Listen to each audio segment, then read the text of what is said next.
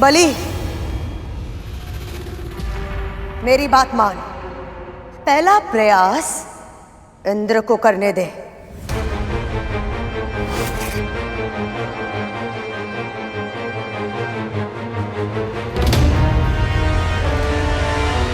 जो आज्ञा मां।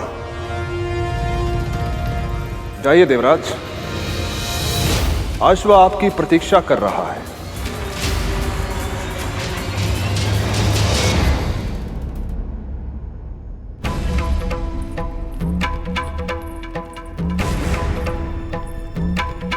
सब जाओ यहां से।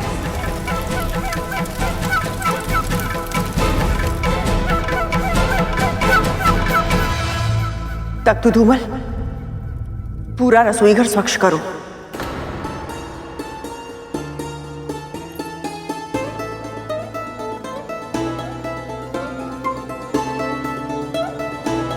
माँ आखिर करना क्या चाहती हैं और क्यों कर रही हैं ये सब?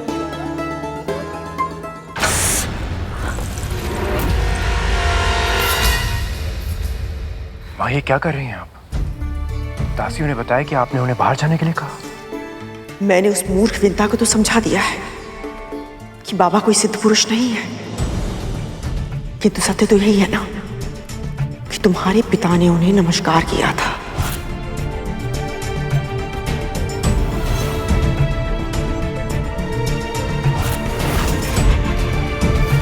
इसका तो एक ही अर्थ निकलता है कि वो कोई साधारण पुरुष भी नहीं है। मान लिया कि वो बुढ़ा कोई मायावी नहीं, सिद्ध पुरुष नहीं, परंतु माँ आपको स्वयं ये सब कुछ करने की क्या आवश्यकता थी? आवश्यकता है तक्षक, आवश्यकता है। इतने दिनों तक उस विंता ने बाबा की सेवा करके न जाने कितना पुण्य अर्जित कर लिया होगा। अब मुझे उसकी सेवा करके विंता से अधिक पुण्य अर्जित करना होगा ताकि सारा आशीर्वाद मुझे मिले, उस दासी को नहीं। यदि फिर भी आशीर्वाद नहीं मिला तो? आशीर्वाद में नहीं मिला तो कोई हानि नहीं होगी, किंतु आप उस विंता को और अधिक आशीर्वाद लेने नहीं दोगी।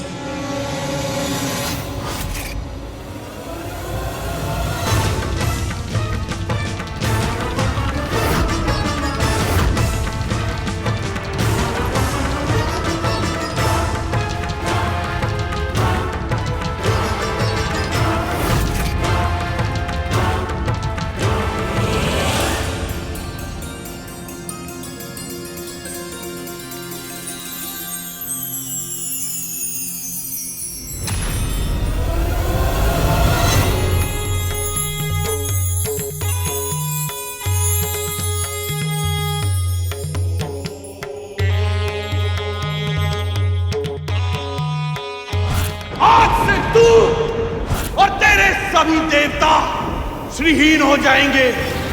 तेरा ऐश्वर्य भूमि में मिल जाएगा। हम तो तुझे यहाँ आशीर्वाद देने आए थे, किंतु अब हम तुझे श्राप देंगे। श्राप!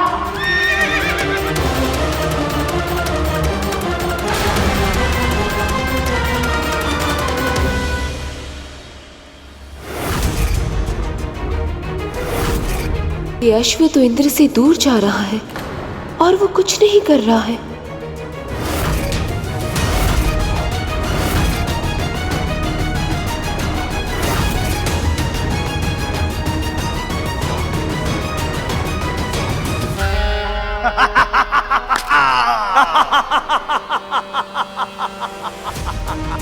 कहा था ना, असंभव है तुम्हारे लिए।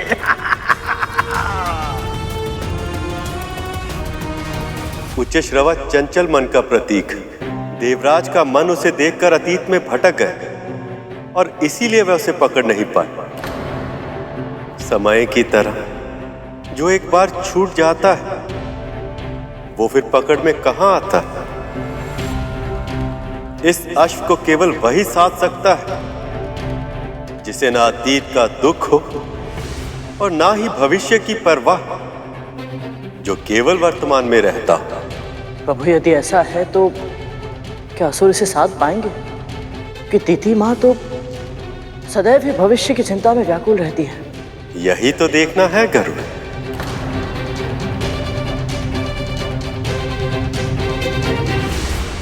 देवराजेंद्र।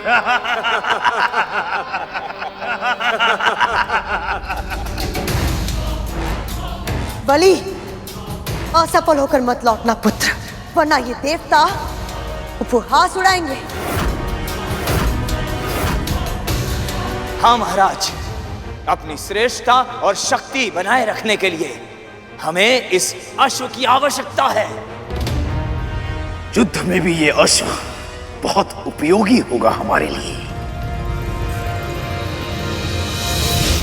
प्रभु, महाराज बलि के कंधों पर अपेक्षाओं का भार कुछ अधिक ही हो गया है। इतने दबाव के बाद भी ये अपना सर्वश्रेष्ठ प्रदर्शन कैसे कर पाएंगे?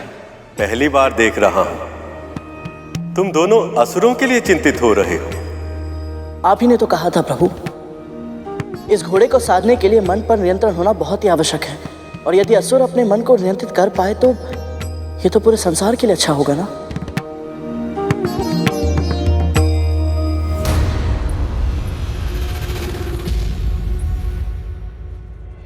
महारानी, आप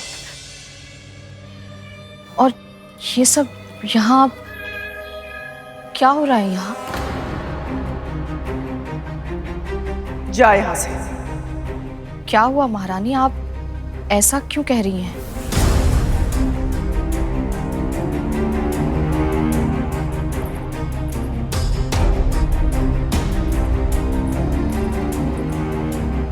झोली फैला अपनी।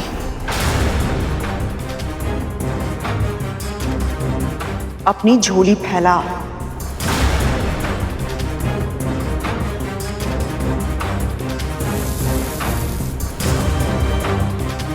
ये कद्दू के बीज है, कहते हैं इन्हें खाने से स्मरण शक्ति तीव्र होती है। समझाया था ना कि अब तू बाबा का कोई भी कार्य नहीं करेगी। इतनी शीघ्र भूल गई तू? पर महारानी, इतना सारा कार्य आप अकेले कैसे कर? जैसे तू कर सकती है तो मैं क्यों नहीं कर सकती? पर बाबा को बहुत कम वस्तुएं प्रिय लगती हैं, उनका स्वाद। तुझे बाबा की चिंता करने की आवश्यकता नहीं है।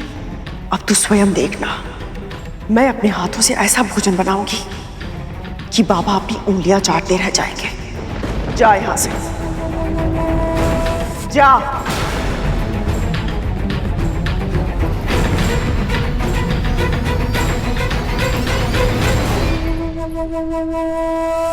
दासी माँ, माँ को क्या हुआ है? ये रसोई में क्या कर रही है? मैं भी नहीं जानती।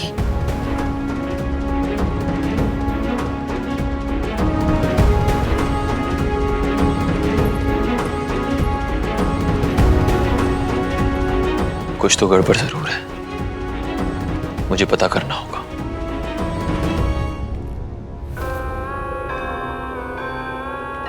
नारायण नारायण। आपने अभी ये क्यों बोला मुनिवर? मेरे मन में तो ये जाप सदैव चलता रहता है असुरराज। मन में यदि इष्ट का नाम तो सभी कार्य अपने आप संपन्न हो जाते हैं।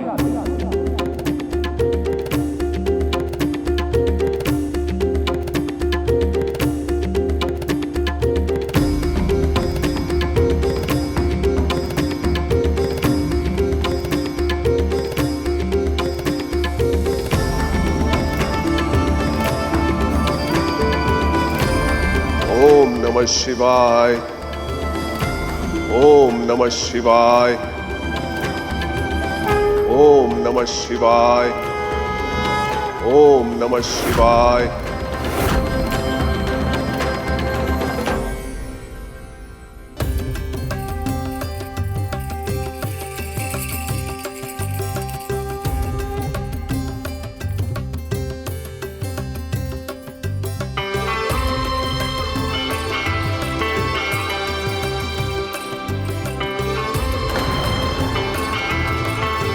अत्यंत सुंदर महाराज बलि, अत्यंत सुंदर।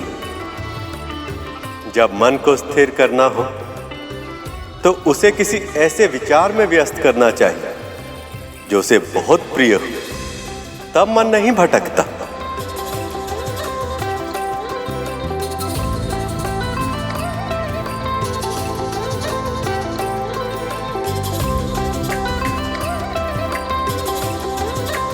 स्वर्गाधिपति महाराज बलि की जय! स्वर्गाधिपति महाराज बलि की जय! स्वर्गाधिपति महाराज बलि की जय!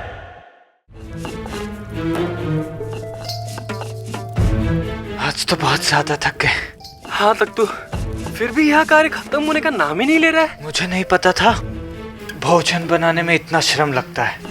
पर मैं ये सोच रहा हूँ तख्तू कि विमाता विंता हम सबको इतना कार्य करते हुए देख के कितनी प्रसन्न हो रही होंगी, है ना?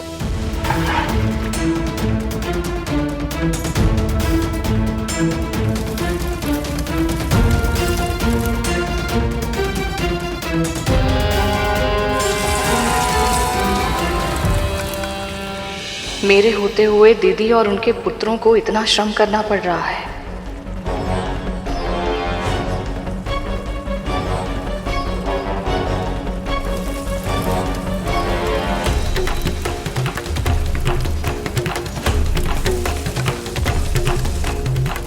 बाबा को इतने तेल और मसाले वाला, इतनी मिर्च वाला भोजन देंगे तो उनका स्वास्थ्य बिगड़ जाएगा।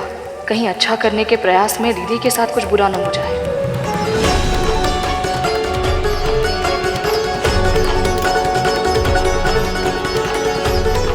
महारानी ये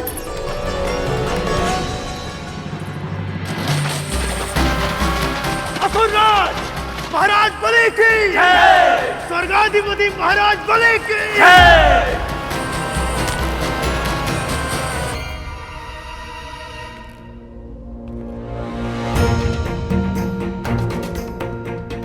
गरुड़ और उसकी मां के प्रति मुझसे अपराध तो हुआ है, अब मैं असुरों के अधीन रहूं, यही मेरा दंड होगा। क्या हुआ गरुड़? तुम्हारी आंखों में आंसू क्यों? पता नहीं भैया, मुझे आभास ही नहीं हुआ कि कब इस बात की पीड़ा मेरे मन में बैठ गई कि इस दिव्य घोड़े के होते हुए भी मेरी मां के साथ इतना अनुचित हुआ। जैसे तुम्हें यह पता नहीं चल पाया था कि कब नाग तुम्हारी पीठ से गिर गए, वैसे ही इसे भी यह पता नहीं चल पाया कि कब नाग इसकी पूंछ से लिपट गए और कब ये तुम्हारी विमाता कद्रू के षड्यंत्र का माध्यम बन गए। अनजाने में ही सही, लेकिन गरुड़ और उसकी मां के विरुद्ध षड्यंत्र में भागीदार तो मैं भी बन गया हूं और इसका अपराध बोध है मुझे। इसलिए मैं वचन देता हूं कि भविष्य में कभी भी गरुड़ को मेरी आवश्यकता पड़ी तो मैं इसका पक्ष लेने अवश्य आऊंगा।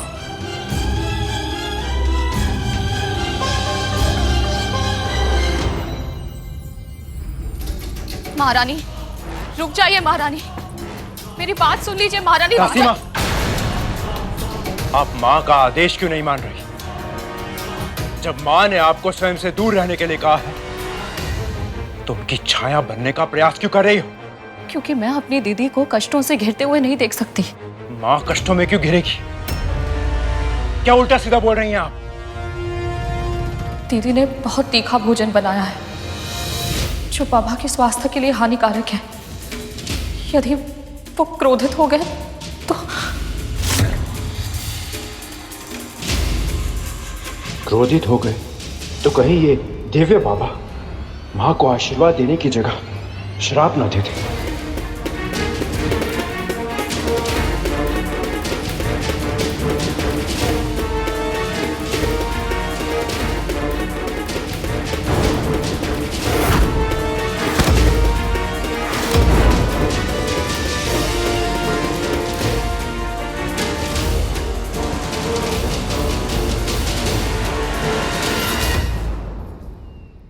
मैं जानता हूं तू मेरी सेवा क्यों करना चाहती है, पर मैं तुझे तेरे उद्देश्य में कभी सफल नहीं होने दूंगा।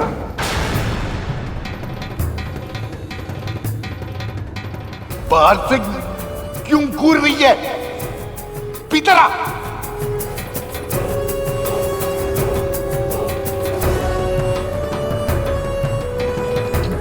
कौन है तू? मैं महर्षि कश्यप की पत्नी कद्रू और इस महल की महारानी। इस नाते आप मेरे भी अतिथि हुए। आज से मैं आपकी सेवा करूंगी। सेवा करेगी? कर सेवा, किंतु पहले मेरे हाथ धुलवा।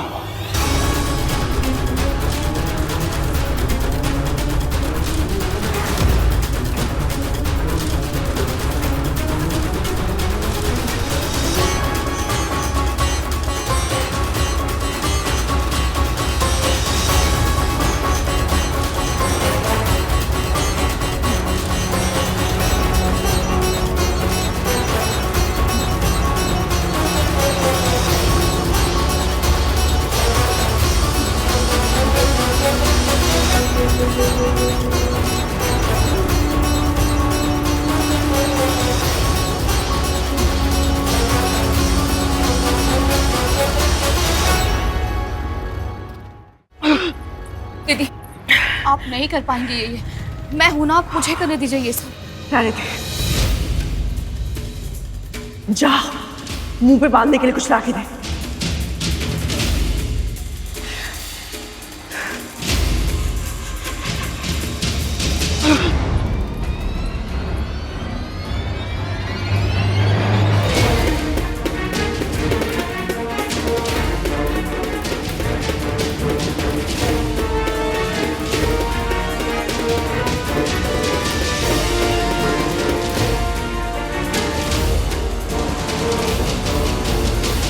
क्या हुआ?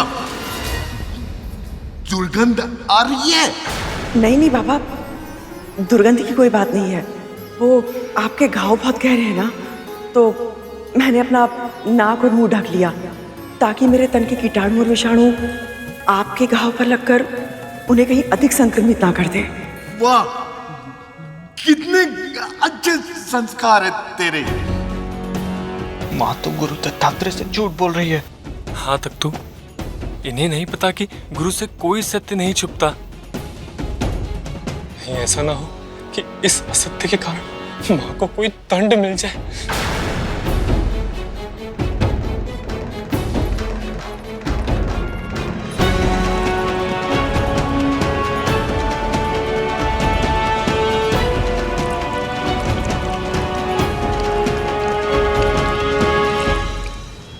अभी तो आरंभ है। अब धीरे धीरे तुम्हें भी उसी अशांति का अनुभव होगा जो गरुड़ को होता था, जब वो तुम सबको अपनी मां पर अत्याचार करते हुए देखता था। हे नारायण, बाबा को क्षमता दीजिए कि वो किसी तरह ये भोजन कर पाए, वो भूखे ना रहे।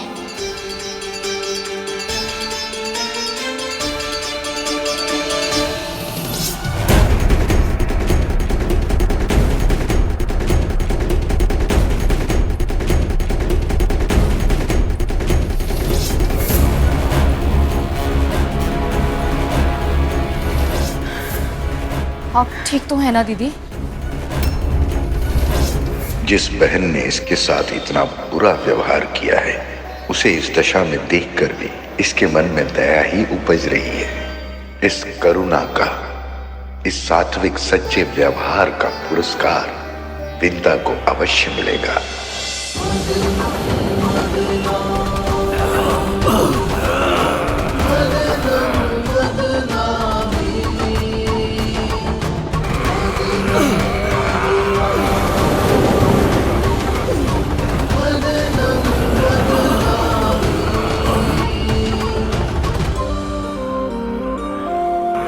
और शक्ति लगाओ।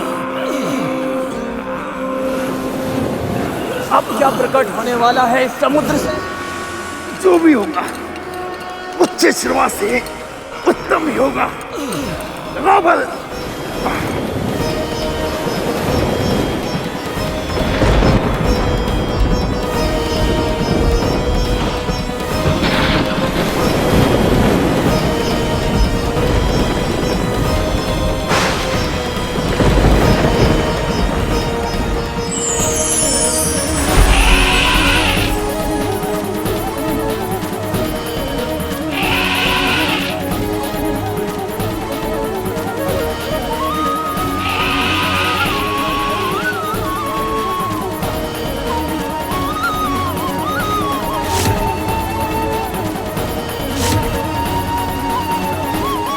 ऐरावत ही हैं जिन्होंने इंद्र के साथ मिलकर ऋषि दुर्वासा का अपमान किया था, जिसके कारण सभी देवताओं को श्रीहीन होना पड़ा था। कहीं ऐसा ना हो कि इनके आगमन पर मेरा और श्री लक्ष्मी का मिलन कुछ और समय के लिए टल जाए।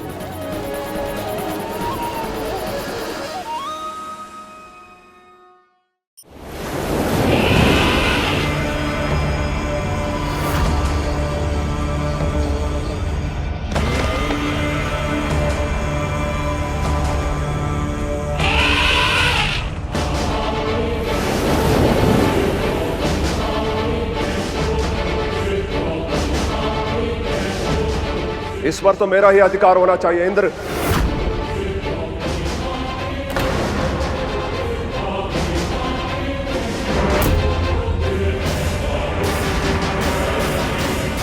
देवराज, कहाँ गए देवराज? अभी तो यहीं थे।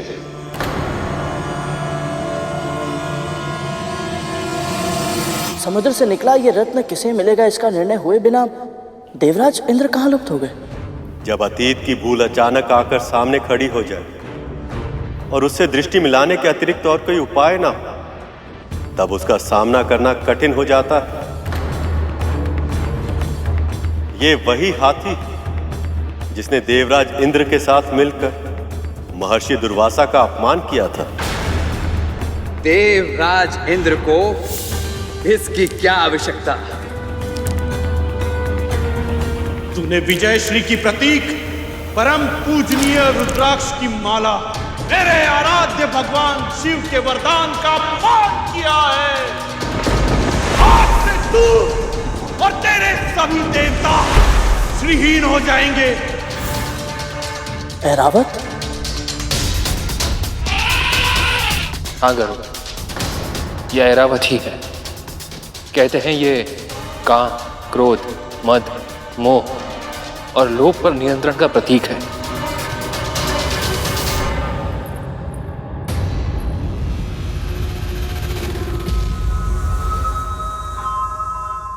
सारा भोजन एक साथ खिलाएगी क्या? पहले चखू तो सही, कैसा भोजन बनाया तूने?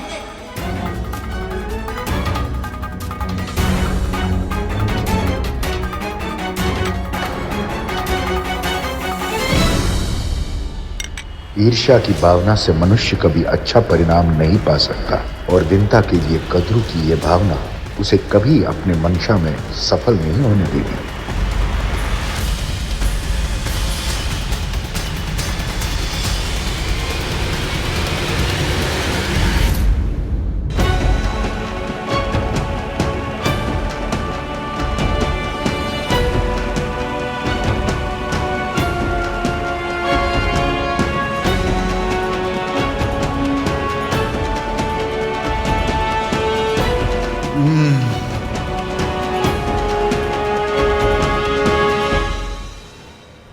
स्वादिष्ट, अति स्वादिष्ट।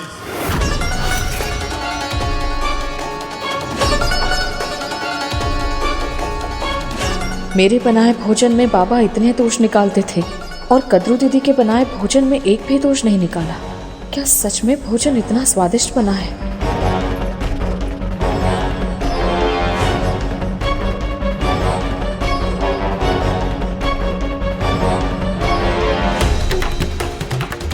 जब मेरी ये दशा है तो बाबा की क्या होगी?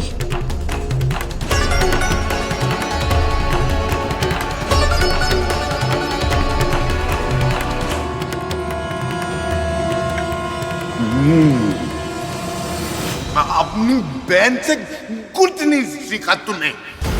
जब से यहाँ आया हूँ आज पहली बार भूख मिटी है मेरी। आज जैसा भोजन बना है मुझसे खाने का आनंद दुगना हो गया।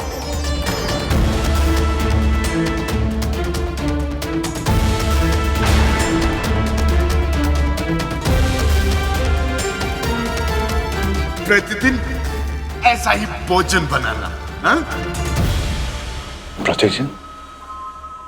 अवश्य बाबा, मैं प्रतिदिन अपने हाथों से बनाकर आपको खिलाऊंगी।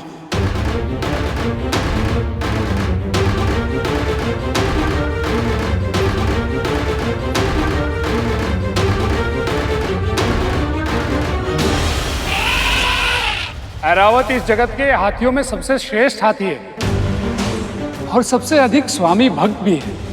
पर क्या मुनिवर? पर अहंकार के वश में आकर इसने स्वामी दुर्वासा का अपमान किया था, जिसके कारण न केवल इंद्र अपितु पूरी सृष्टि को श्रीहीन होने के लिए विवश होना पड़ा था। इसका अर्थ है यह हाथी अशुभ है।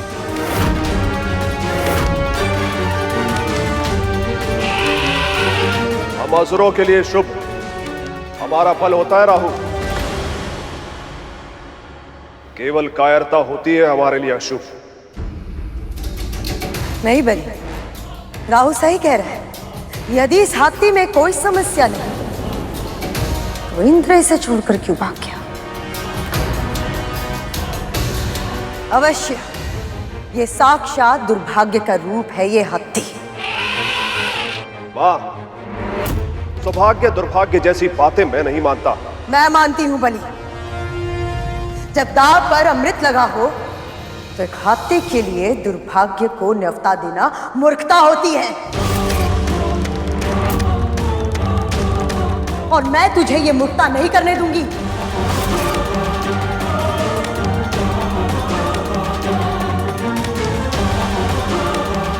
जो आज्ञा मां। ऐरावत पर देवताओं का यह अधिकार होगा।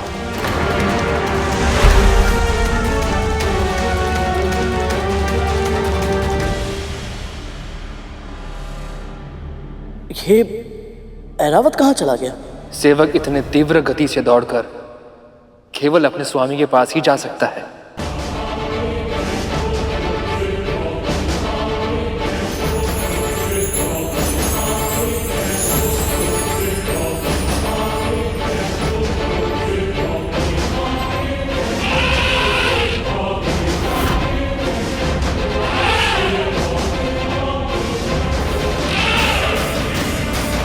इन सब का कोई अर्थ नहीं। अब जो होना था वो हो चुका।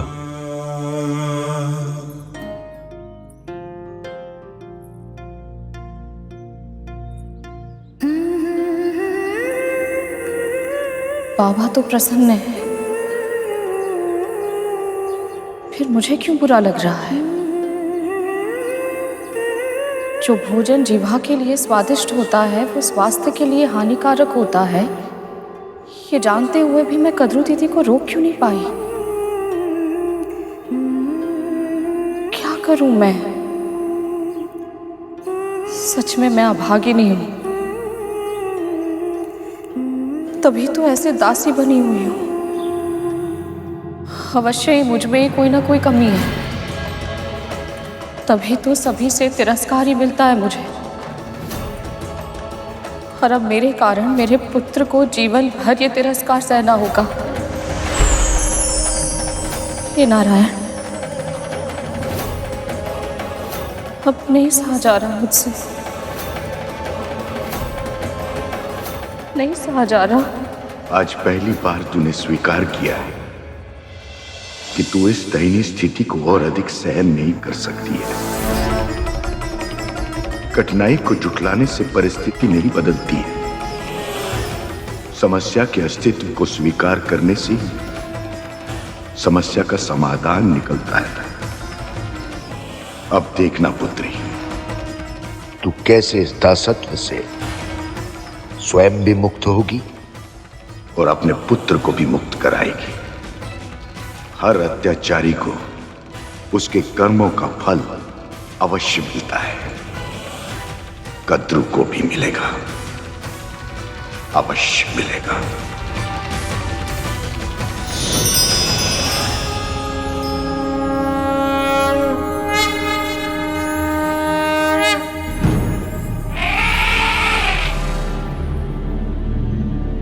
ये क्या कर रहा है ऐरावत? क्षमा मांग रहा है। अहंकार में आकर इसने महर्षि दुर्वासा की दी हुई माला फेंक दी थी। अपनी इसी भूल पर पश्चाताप व्यक्त कर रहा है। परंतु भैया, ऐरावत में अहंकार तो स्वयं देवराज के कारण ही था ना। वो कहते हैं ना, यथा स्वामी तथा सेवक। स्वामी का ही स्वभाव सेवक में प्रतिबिंबित होता है। सत्य कहा गरुड़। और अब ये बात देवराज इंद्र भी समझ चुके हैं।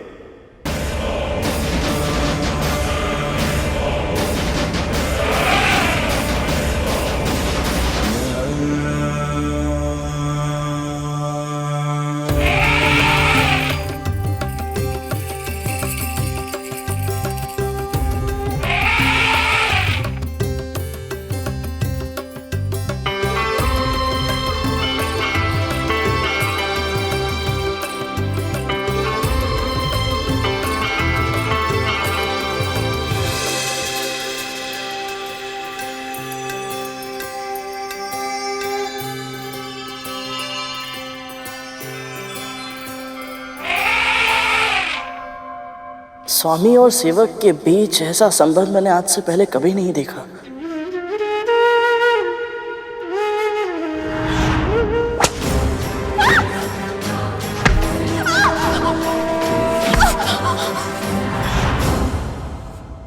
महारानी तो मेरी मां के साथ। ऐरावत ने पूरे मन से अपने स्वामी की सेवा की, तो इंद्र ने भी उन्हें सम्मान दिया। दोनों पक्षों के मर्यादित आचरण के बिना संबंध का ऐसा सूत्र स्थापित हो पाना संभव ही नहीं है। पर देवी विंता अपनी स्वामिनी देवी कद्रू के लिए कोई साधारण दासी नहीं है गरुड़। वो उनकी बहन है, जिन्हें उन्होंने छल से अपनी दासी बनाया। ऐसा व्यवहार अनुचित है और इसी कारण भले ही देवी विंता कितना भी प्रयास क्यों ना कर, उनका अपनी बहन और स्वामिनी के साथ संबंध कभी सामान्य नहीं हो सकता।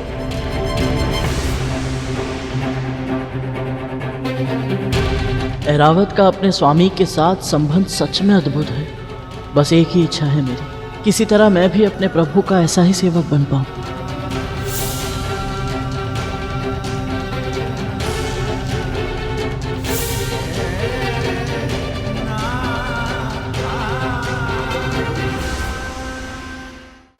बबूल के कांटे, नीम की छाल, बरगद की जड़ और कटहल के बीज, इन सब को मिलाकर लेप तैयार करना होगा।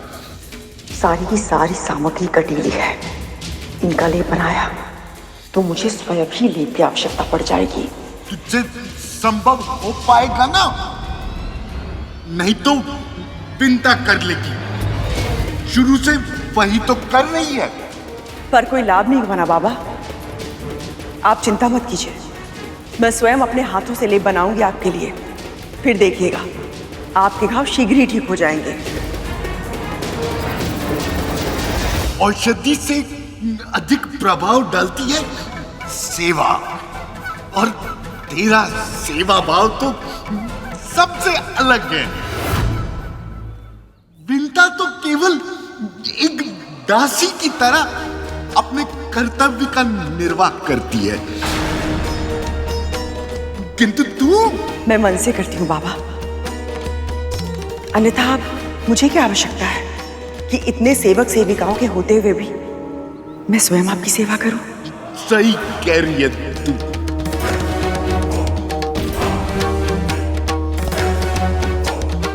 मैं तैयारी करती हूँ। क्या?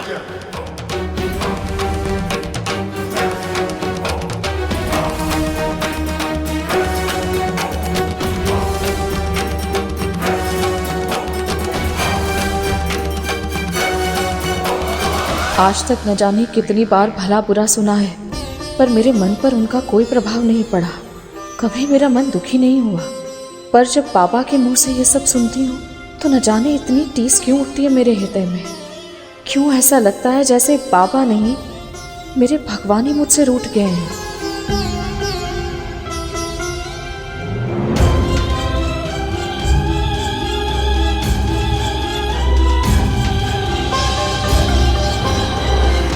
ये धैर्य खोने का समय नहीं है पुत्री।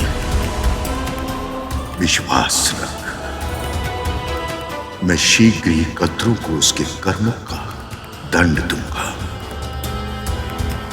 और तेरी पीड़ा का अंत करूंगा।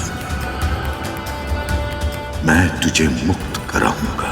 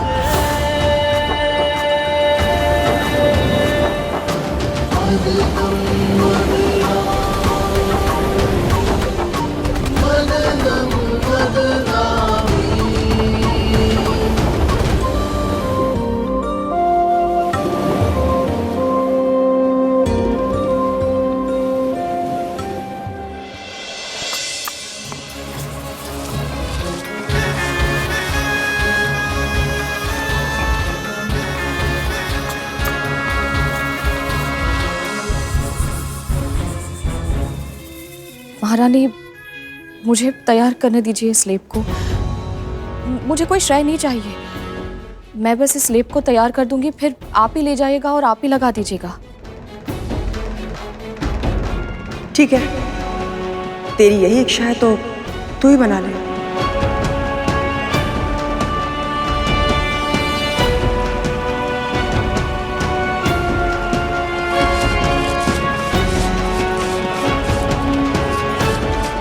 कर ले विंता, ये सब तुझ से कहा है, किंतु इसका लाभ मैं उठाऊंगी। उस बाबा का आशीर्वाद मैं ही लूंगी।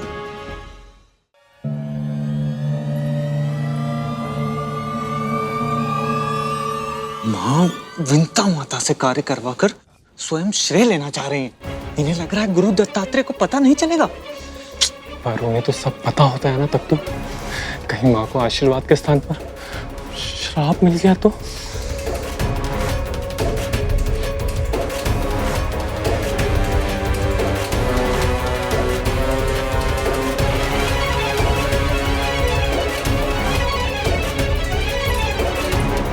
लीजिए महारानी।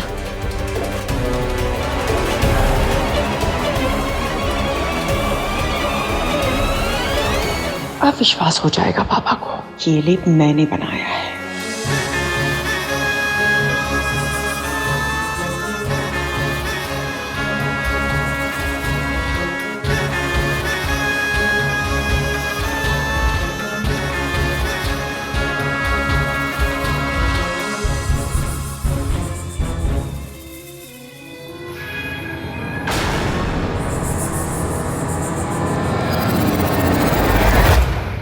बहुत सहज अभिनय करती है और साक्ष्य भी अपने वस्त्रों पर लगाकर लाई है ताकि मैं इसके छल को पकड़ न पाऊं।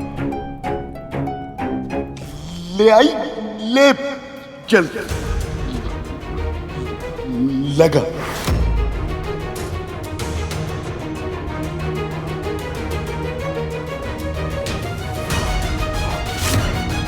जिस घाव की गंध से मेरा मन इतना विचलित हो रहा है, मैं ऐसे घाव पर लेप कैसे लगाऊंगी? मैं नहीं कर पाऊंगी।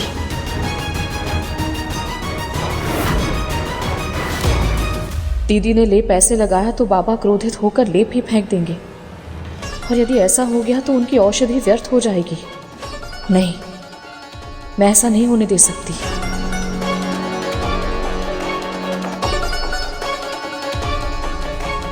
इधर उधर क्या देख रही है? चल लगा।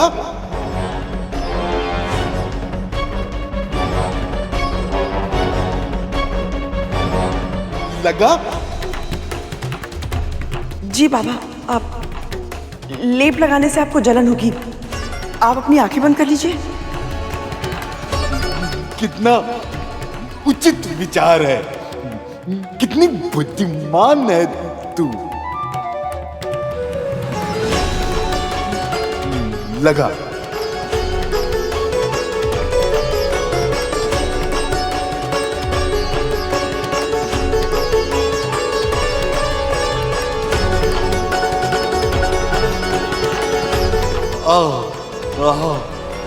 आनंद आ रहा है।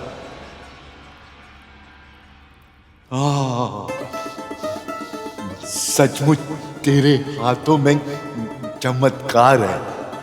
यदि तूने पहले दिन से ये लेप लगाया होता तो अब तक इसका प्रभाव भी दिखाई दे रहा होता।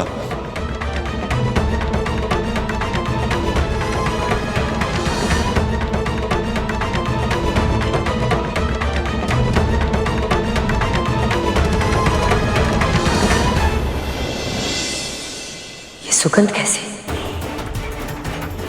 अब क्या प्रकट होने वाला है?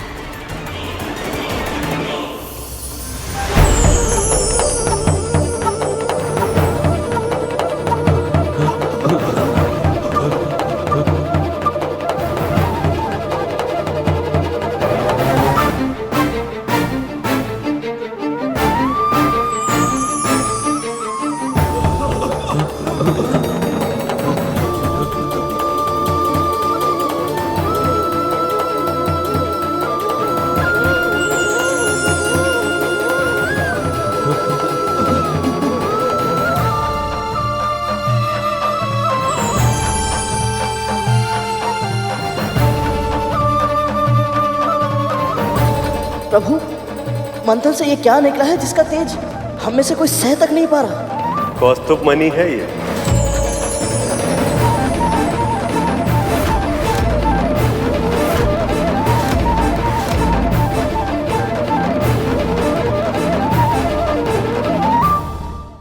पक्षीराज गरुड़ के साहस भरे कारनामे देखने के लिए चैनल को सब्सक्राइब करें और साथ ही बेल आइकॉन दबाना न भूलें।